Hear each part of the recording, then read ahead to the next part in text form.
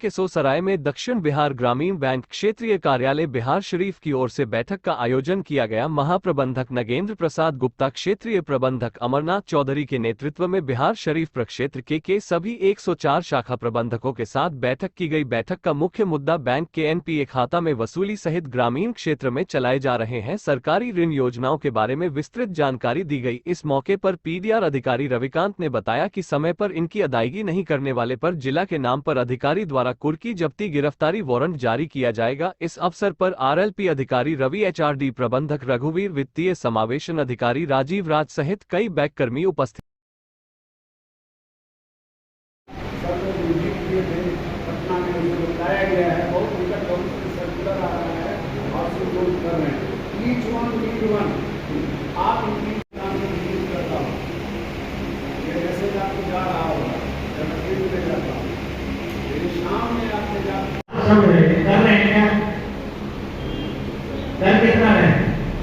जो बैठक बुलाया गया है उसका मुख्य उद्देश्य है जो हम लोग जो बैंक में काम करते हैं उसमें जो 1 तिमाही में जो हमारा काम हुआ है उसका रिव्यू करने के लिए बैठे हैं कि हम कहाँ अच्छा काम कर पाए, उसको रिवार्ड दें, और जहाँ नहीं, कहाँ पीछे रह गए, उसमें किस कारण से पीछे रहे और उसको ठीक करके अगले क्वार्टर में अच्छा परफॉर्मेंस बैंक को दें और कस्टमर का सर्विस बेहतर कर सके।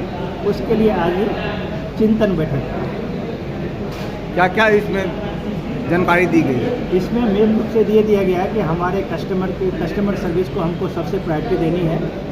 कस्टमर सर्विस में सुधार लाने हैं, उनके जो भी हमारे स्कीम्स हैं उसको प्रॉपरली उसको बताने हैं। जितने हमारे विभिन्न योजनाएं हैं उसको कस्टमर को किसी को भी वापस नहीं करना है, और डिफरेंट सारे स्कीम जो हमारे केसीसी है, जेएलजी है, या रिटेल लोन स्कीम है, या कार लोन स्कीम है, डिफरेंट सारे स्कीम हमने अभी चला रखे हैं ग्रामीण किसानों के लिए। चूँकि ये ग्रामीण बैंक है तो ग्रामीण किसानों के लिए डिफरेंट सारे अभी हमने एक नया स्कीम लॉन्च किया है हाउसिंग लोन का, रूरल हाउसिंग का।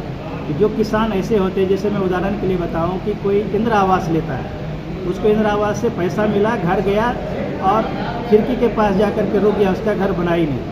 तो उसके लिए हम लोगों ने 80,000 रुपया या 1.5 लाख रुपया जिसकी क्षमता है उसके क्वालिटी के आधार पर उसको वो पैसा देकर उस मकान को पूरा करने के लिए हम व्यवस्था कराएंगे, लोन लेंगे उसके लिए, ताकि उसका मकान पूरा हो जाए और एक जो घर नहीं पूरा कर पा रहा है किसी स्कीम के तहत वो व्यवस्था भी हो जाएगी। या गांव में ऐसे भी ऐसी दिक्कत हो रही है कि किसी को 5 लाख के लोन या 3 लाख के लोन की आवश्यकता है, लेकिन हाउसिंग लोन किसी आईटीआर वगैरह की वजह से नहीं हो पाता है। तो उसमें रिलैक्सेशन देते हुए हम लोग ये व्यवस्था कर रहे हैं कि ज़्यादा से ज़्यादा गांव के लोगों को भी हाउसिंग लोन के अंतर्गत लाया जाए और उसको हाउसिंग मकान बनाने में उसको सहयोग किया जाए ग्रामीण बैंक के माध्यम से।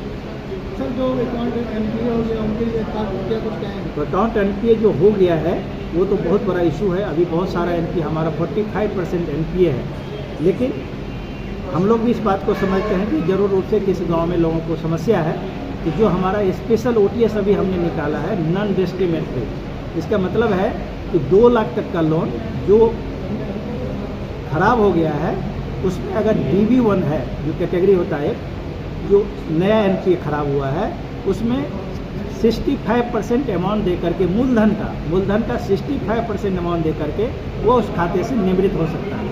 अगर DB2 कैटेगरी में अगर मतलब 2-2.5 साल का एनपीए हो गया है तो वो आउटस्टैंडिंग का 55% दे करके अपने खाते को बंद कर सकता है, और जिसका खाता पुराना हो गया है, 3 साल या 4 साल का हो गया है, वो सिर्फ आउटस्टैंडिंग का 45% अमाउंट दे करके अपने ऋण से निवृत्त हो सकता है, अगर वो 2 लाख तक का लोन है। इसके लिए उसको कहीं नहीं जाना है, ब्रांच में जाना है। ब्रांच को हम लोगों ने पावर दे दिया है कि अगर इतना पैसा दे देता है तब बिना किसी रुकावट के उसका खाता बंद करेगा और उसको नोटिस प्रदान करेगा। थोड़ा रिलैक्सेशन हम लोगों ने कम दिया है, बैंक की स्थिति अभी उतनी अच्छी नहीं है, तो उसमें बैंक के कस्टमर की स्थिति को देखते हुए जो भी हम उसमें ढिलाई दे सकते हैं वो देने की व्यवस्था हम लोग रेगुलेटरी लेवल पर करेंगे। सुनना। मेरा नाम नागेंद्र कुमार गुप्ता।